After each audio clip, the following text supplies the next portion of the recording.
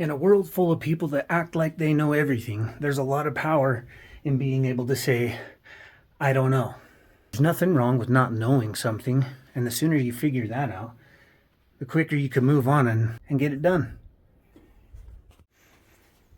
I never pulled an engine out of a truck before, but I have now. I've never rebuilt a truck engine, but I will soon. And I didn't know anything about the 6-cylinder inline 6, but I do now. After doing a compression check on this truck, I learned that it had about 20% lower combustion in the first cylinder. And after adding oil to that cylinder and seeing that the pressure built up, I was able to learn that it probably had some sort of damage down below the valves, valve damage and, seal rings. And therefore, even though I don't know much about mechanicking, I was able to follow the instructions in the book and realize that there's some issues going on. And of course you can hobble along on 5 cylinders if you want to, but if you're going to keep a truck for the rest of your life, and the whole point is to have a reliable truck, I would say you should probably just rebuild it if you can. Of course, I got rid of all the rust on the body here and just gave it a rust-free paint, rust-stopping Rust-Oleum paint. And it's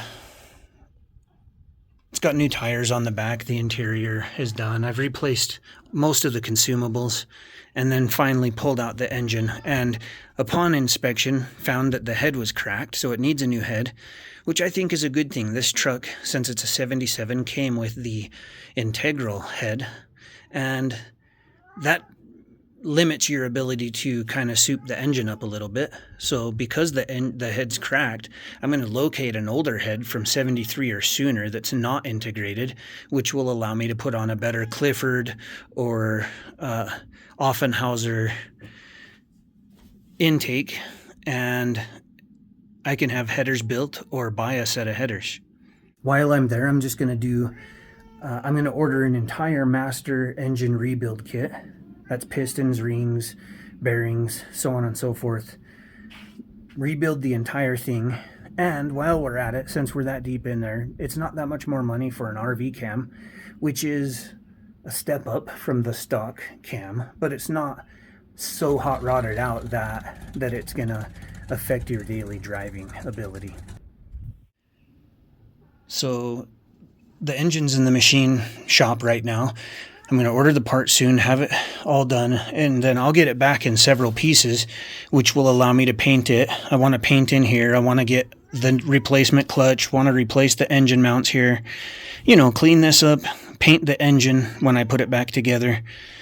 And then the only thing on this truck that won't be basically brand new will be the transmission and the suspension, which are in great shape, but I can upgrade them later. I didn't know anything about the C10 engines not too long ago. It's not super hard to look things up and research. You're standing on the shoulders of giants. You can watch a video of somebody rebuild this engine, which I'm going to do before I do it.